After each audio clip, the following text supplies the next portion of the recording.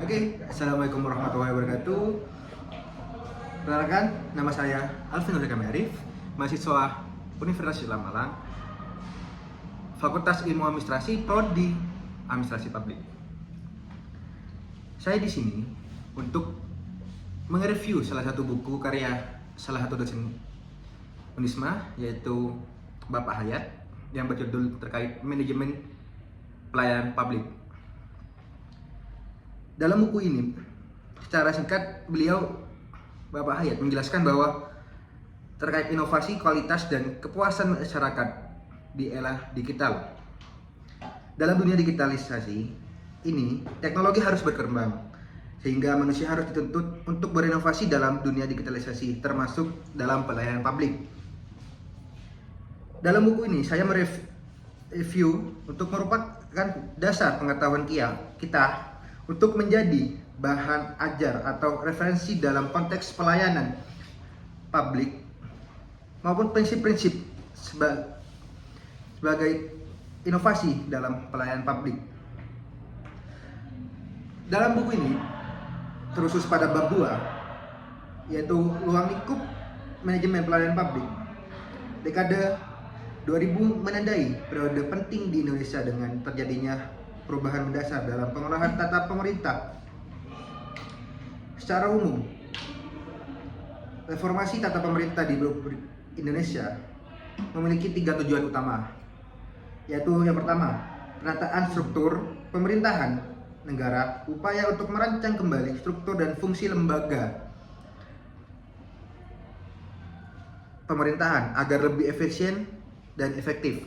Yang kedua, desentralisasi pemerintahan, meningkatkan keterlibatan daerah dalam pengambilan keputusan dan pengelolaan sumber daya.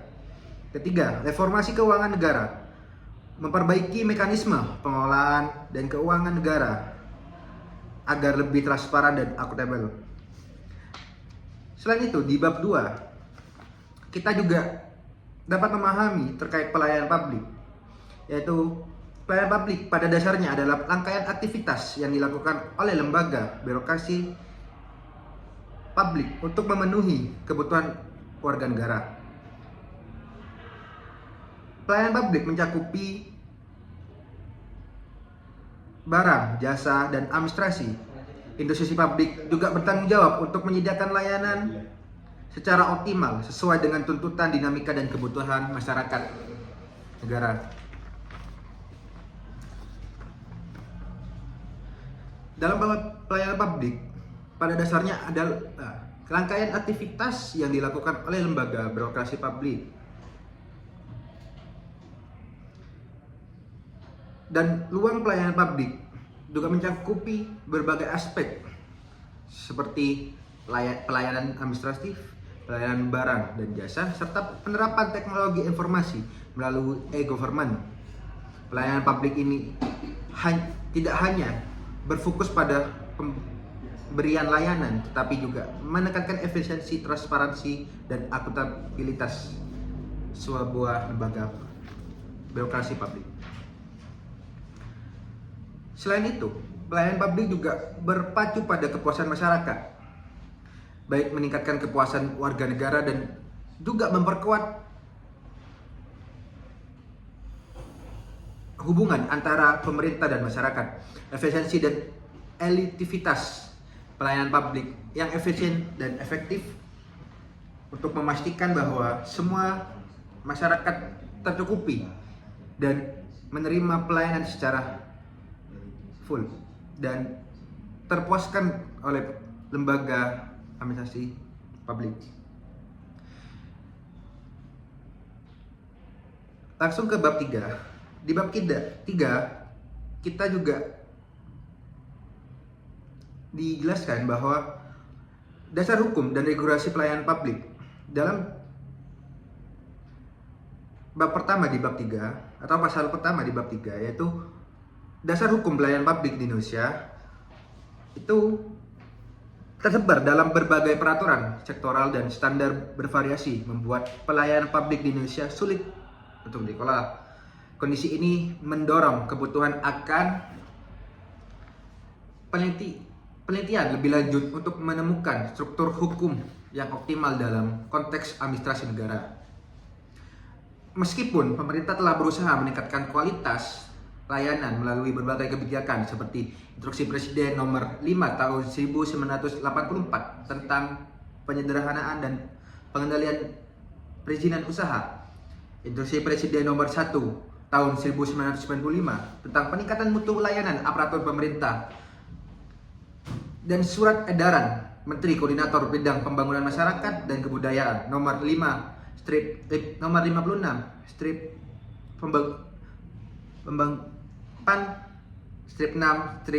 tahun 1998 tentang langkah-langkah nyata untuk memperbarui atau memperbaiki pelayanan masyarakat.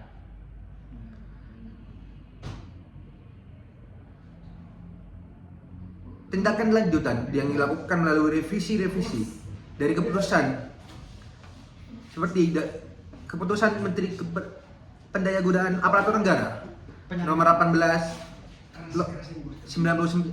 tahun 93 tentang Panduan Tata Kelola Pelayanan Umum menjadi keputusan Menteri Pendayagunaan Aparatur Negara Nomor 63 tahun 2003 tentang Panduan Penyelenggaraan Pelayanan Publik.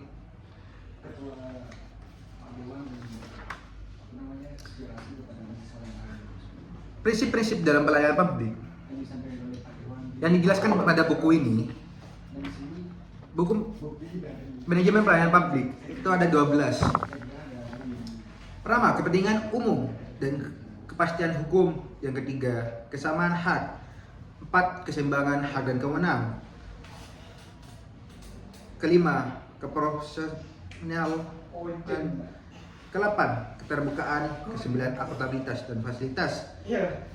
Nomor 10, fasilitas dan perlakuan khusus bagi kelompok rentan, efisien, dan ke-12 itu efektivitas. Selain itu, di bab 3 kita juga diberikan pemahaman tentang regulasi pelayanan publik.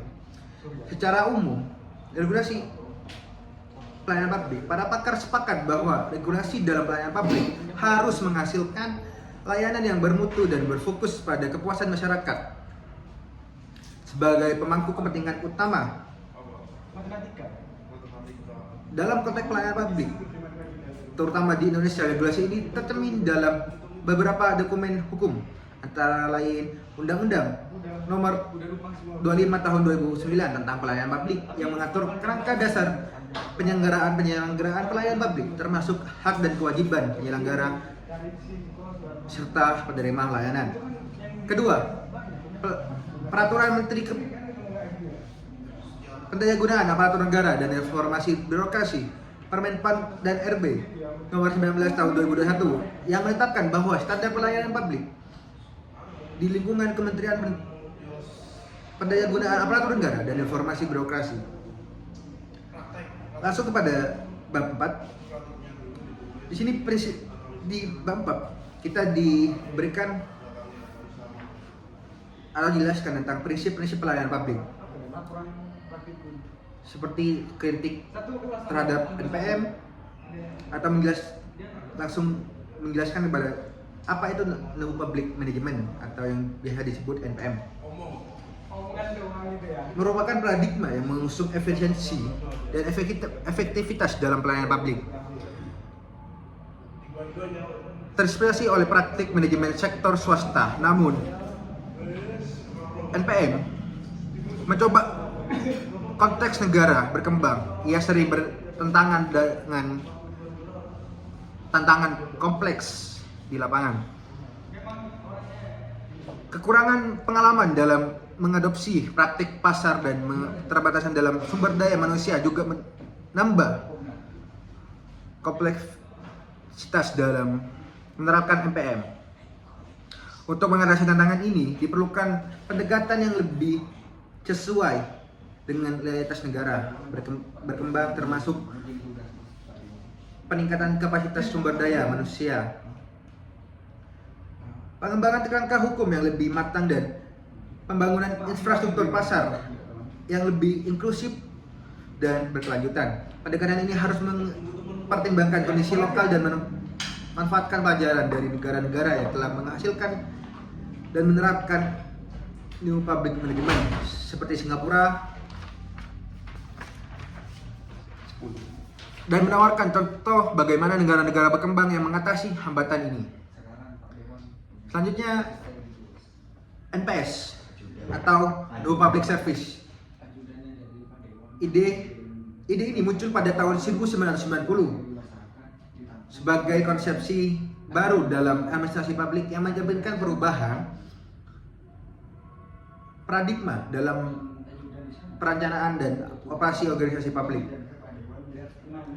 Penegasan NPS menekankan kerjasama, partisipasi masyarakat, dan pemberdayaan warga dalam pengelolaan pemerintah demokrasi,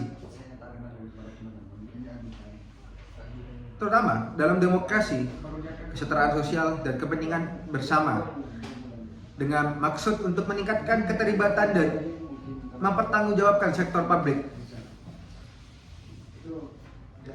Menurut Ansel dan Gas tahun 2008, penegakan NPS mencakup berbagai aspek penting secara komprehensif dan merupakan cara lembaga publik beroperasi dan berinteraksi dengan masyarakat. Menurut Ansel, ada 10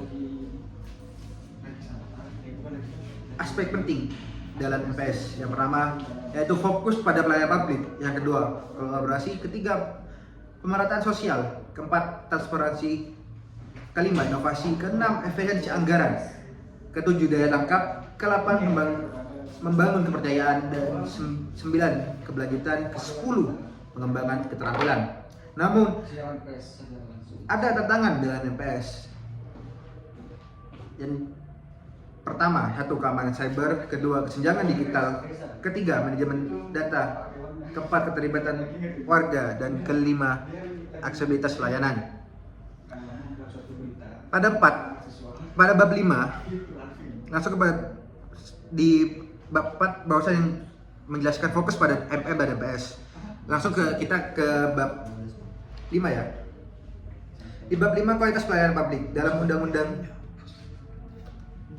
Nomor 25 Tahun 2009 tentang pelayanan publik didefinisikan sebagai kegiatan atau serangkaian kegiatan yang bertujuan memenuhi kebutuhan pelayanan sesuai dengan ketentuan perundang-undangan bagi setiap warga negara dan penduduk atas barang, jasa, atau pelayanan administratif yang disediakan oleh penyelenggara pelayanan publik.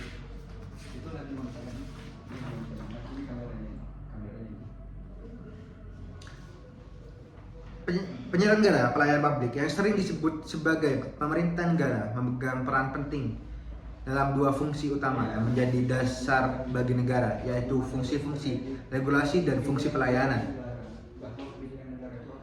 Menurut Prof. Mahmudi, seorang pakar administratif pelayanan publik, administratif terbagi menjadi dua, yaitu pelayanan kebutuhan dasar dan pelayanan kebutuhan umum. Menurut Hamal, Parasuram, dan Berry tahun 2019 untuk mengatur kualitas pelayanan publik yang benar-benar dirasakan oleh konsumen atau masyarakat, terdapat indikator terletak pada 5 dimensi kualitas pelayanan, yaitu pertama, 1, bukti fisik, 2, kehandalan, 3, daya tanggap, 4, jaminan, dan kelima, empati.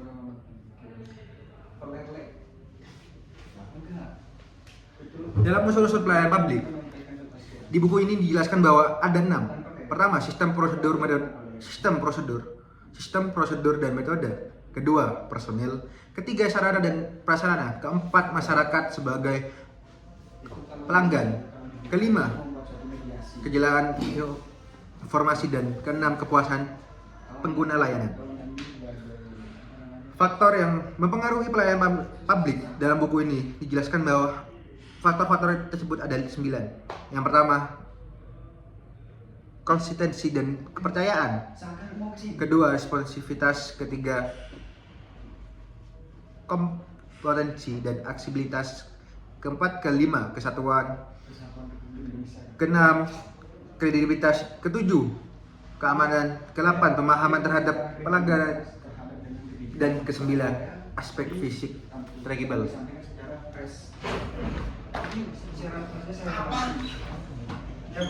Tujuan utama pelayanan prima dalam ini ada salah satu hewan juga yang memang sering bab 6 di buku ini menjelaskan khusus pada pelayanan prima.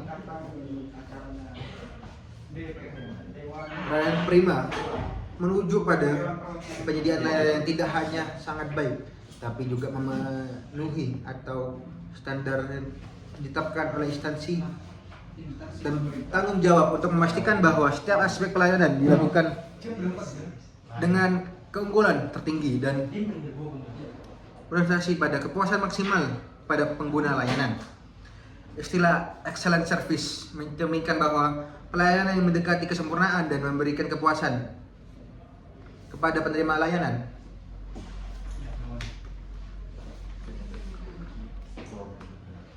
Pada bab ini juga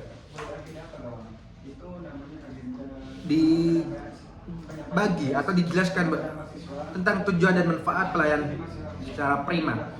Tujuan utama pelayanan prima ini adalah memberikan layanan yang tidak hanya memenuhi kepuasan masyarakat, tetapi juga membangun kepercayaan terhadap layanan disediakan. Juga di bab 6 kita jelaskan tentang konsep dasar pelayanan. Konsep dasar pelayanan prima memiliki 3 aspek penting, yaitu 1. Konsep sikap, konsep perhatian, dan konsep tindakan. Dengan demikian, kualitas pelayanan ditingkatkan, tidak hanya memperkuat hubungan antara instansi pemerintah dengan masyarakat saja, tetapi juga mendukung pencapaian tujuan lebih luas melalui pelayanan yang prima. Pemerintah tidak hanya membangun basis loyalitas yang kukuh, tapi juga membangun reputasi yang positif di mata publik. Masuk pada bab 7, permasalahan manajemen pelayanan publik pada era reformasi di Indonesia. Dalam pendekatan ini, pemerintah melakukan delegasi atau pengurangan aturan hanya pada sektor-sektor tertentu. Delegasi ini tidak sepenuhnya bertujuan meningkatkan efisiensi pelayanan publik, tetapi lebih berfokus pada keuntungan bisnis yang diperoleh melalui kerja sama antara pejabat negara dan perusahaan besar. Namun, meskipun sudah sekitar 10 tahun sejak dimulainya era reformasi politik di Indonesia, setelah jatuhnya Presiden Soeharto pada tahun 1998, penyelenggaraan pelayanan publik masih menghadapi banyak tantangan. Ada beberapa permasalahan manajemen pelayanan publik yang signifikan di Indonesia. Beberapa di antaranya meliputi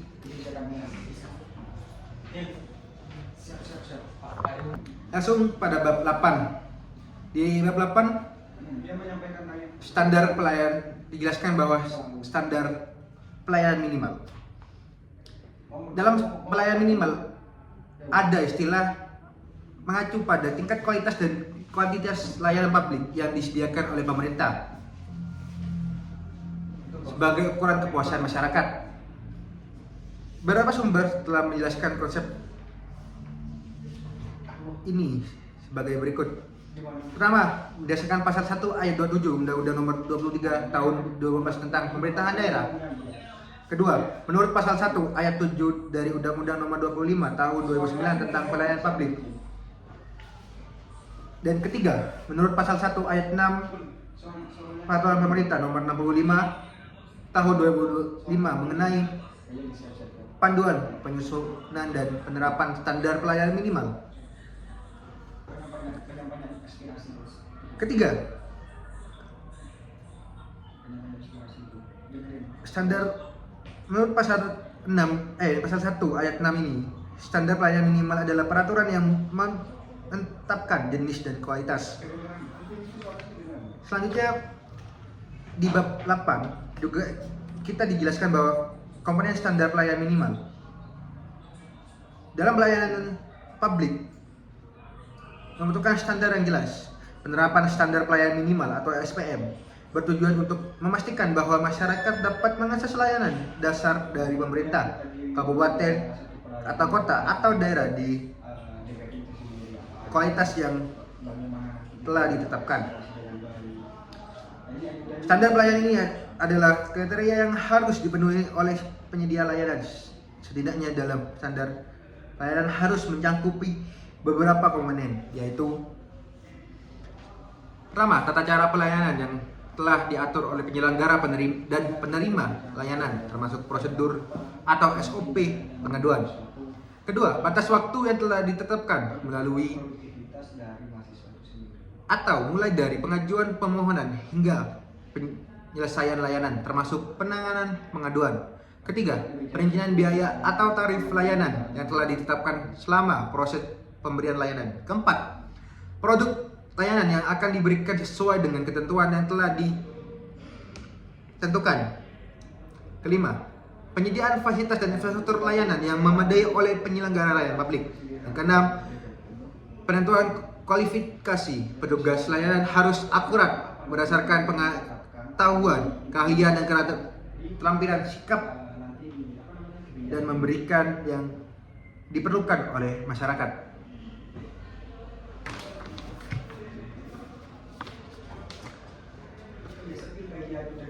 Di bab 8 juga dijelaskan bahwa terkait tujuan dan manfaat standar pelayanan minimal.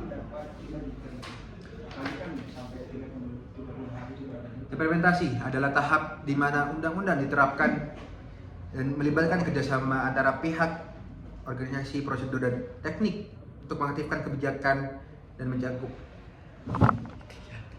berbagai tujuan. Salah satu tujuan implementasi standar pelayanan minimal adalah sebagai berikut. Pertama, menjadi acuan bagi instansi pemerintah untuk memberikan layanan bagi masyarakat.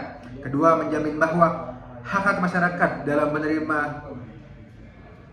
pelayanan terpenuhi. Ketiga, mendorong konsistensi dalam penyediaan layanan publik. Dan keempat, memastikan pertanggungjawaban instansi pemerintah dalam memberikan layanan. Dan yang terakhir, menggalang keterbukaan dan partisipasi masyarakat dalam proses penyelenggaraan layanan publik. Di bab 9, kinerja dan profesionalitas pelayanan publik. Langsung di bab 9 ini kita jelaskan ada kinerja sektor publik, SDM, dan profesionalitas.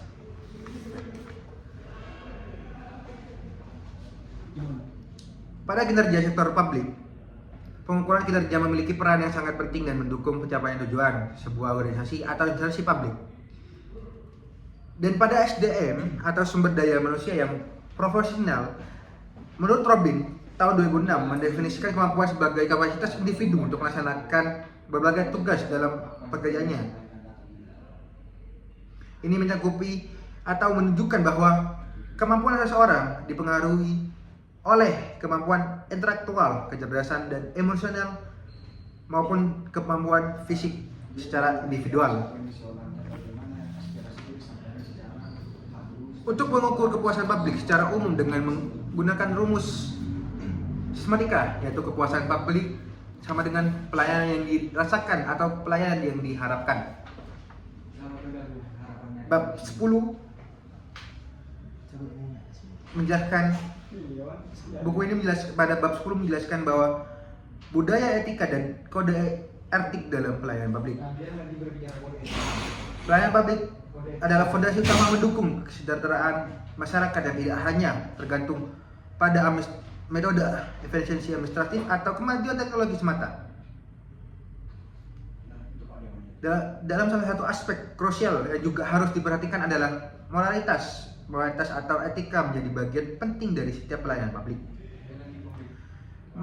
Dalam konteks yang serupa berkaitan tentang kesadaran moral dan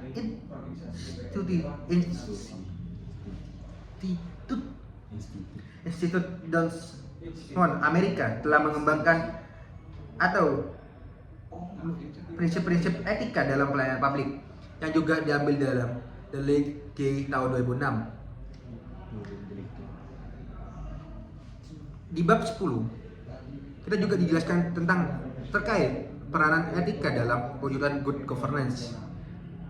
Oleh karena peran etika dalam pelayanan publik yang penting dalam mendorong terwujudnya good governance ketika tidak hanya mencakupi kepatuhan terhadap aturan yang ada, tapi juga membutuhkan komitmen yang kuat untuk menjaga integritas, transparansi, dan keadilan bagi semua aspek yang digunakan secara terbuka kepada masyarakat sebagai bentuk dari akuntabilitas kepada publik.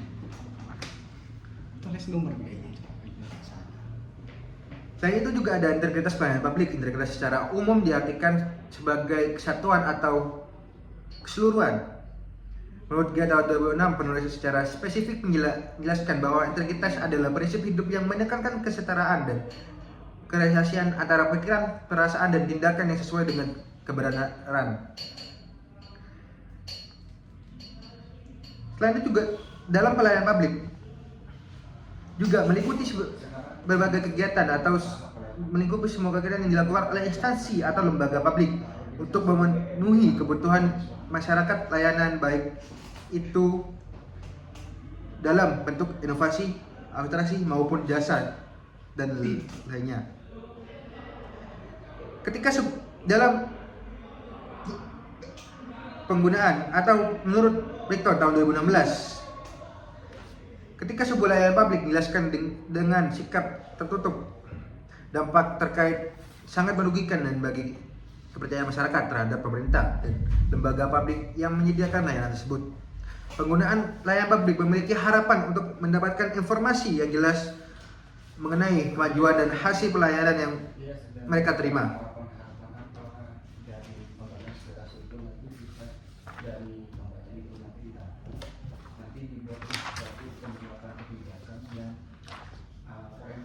Langsung pada bab 11. Di bab 11 ini kita dijelaskan tentang transparansi, akuntabilitas, responsibilitas, dan partisipasi publik dan integritas pelayanan publik.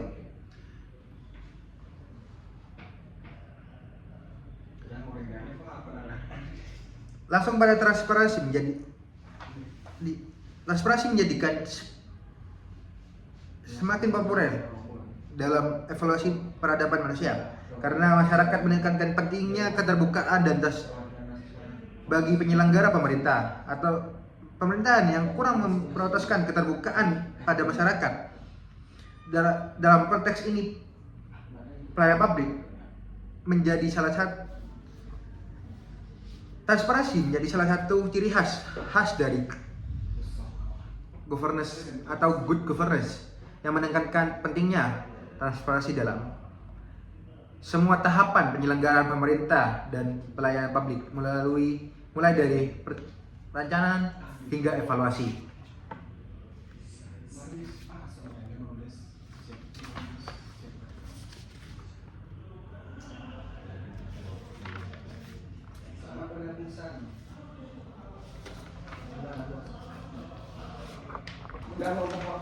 Dan langsung pada bab 12, inovasi dalam pelayanan publik.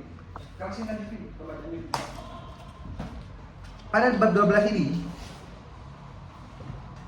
kita diberikan penjelasan terkait inovasi dalam pelayanan publik merupakan katalisis yang mengubah wajah layanan yang disediakan oleh pemerintah, bukan hanya untuk meningkatkan kecepatan atau kualitas layanan, tetapi juga tentang transparansi dan juga tentang transformasi cara pemerintahan atau lembaga pelayanan publik dalam berinteraksi dengan masyarakat.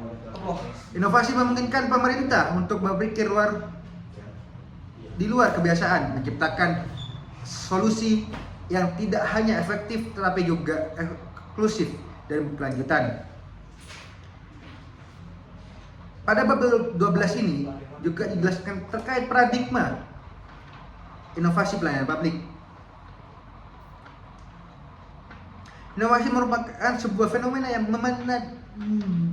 yang inovasi merupakan sebuah fenomena yang menandai munculnya sesuatu yang belum pernah terlihat atau dialami sebelumnya. Dalam kebaruan, inovasi dapat diartikan sebagai sesuatu yang memberikan perspektif baru atau memberikan solusi yang belum pernah dipertimbangkan sebelumnya. Dalam konteks ruang, apa yang dianggap inovatif itu di suatu wilayah mungkin sudah merupakan praktik standar di wilayah lain. Namun, dengan adanya kemajuan dari teknologi, informasi, dan komunikasi atau yang disingkat batasan geografi menjadi semakin kabur, inovasi dapat menyebar dengan kecepatan dan yang belum pernah terjadi sebelumnya. Selain itu, dalam bab 12 juga dijelaskan terkait klarifikasi inovasi pelayanan publik.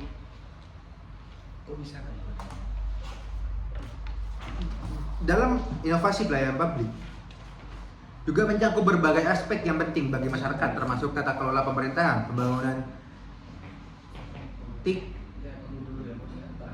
peningkatan kesejahteraan sosial, dan penyediaan layanan langsung kepada masyarakat. Berbagai institusi seperti kementerian, lembaga pemerintahan daerah, badan usaha milik negara, semuanya memiliki peran dalam melaksanakan inovasi tersebut. Inovasi nasional merupakan peran penting dalam pengembangan ekonomi nasional. Hal ini menjadi krusial karena inovasi akan mendorong kegiatan industri dan komersial dalam kegiatan ekonomi. Strategi inovasi pelayanan publik meningkat dalam lingkup inovasi nasional demi pembangunan nasional seperti yang diuraikan oleh Lakitan tahun 2009 adalah berbagai berikut: penyelesaian teknologi, mendorong pertemuan industri, memulai lembaga intermediasi, dan mendukung regulasi perundang-undangan sebagai landasan hukum untuk memfasilitasi, merangsang, dan mempercepat interaksi antar pelaku inovasi nasional.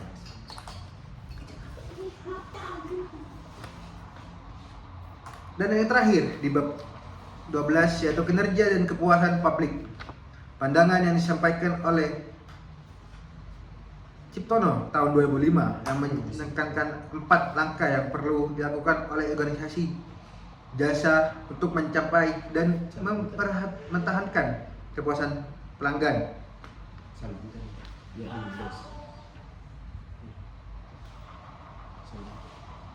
Dijelaskan dalam buku ini ada 4. Yang pertama, mengidentifikasi siapa pelanggannya organisasi. Dan kedua, memahami tingkat harapan pelanggan atau kualitas pelayanan. Yang ketiga, memahami strategi kualitas pelayanan publik. Dan keempat, memahami siklus pengukuran dan umpan balik bagi kepuasan pelanggan. Mungkin itu yang bisa saya sampaikan atau saya kumpulkan dari buku karangan Bapak Hayat terkait manajemen pelayanan publik. Terima kasih, selamat menonton, dan jangan lupa subscribe.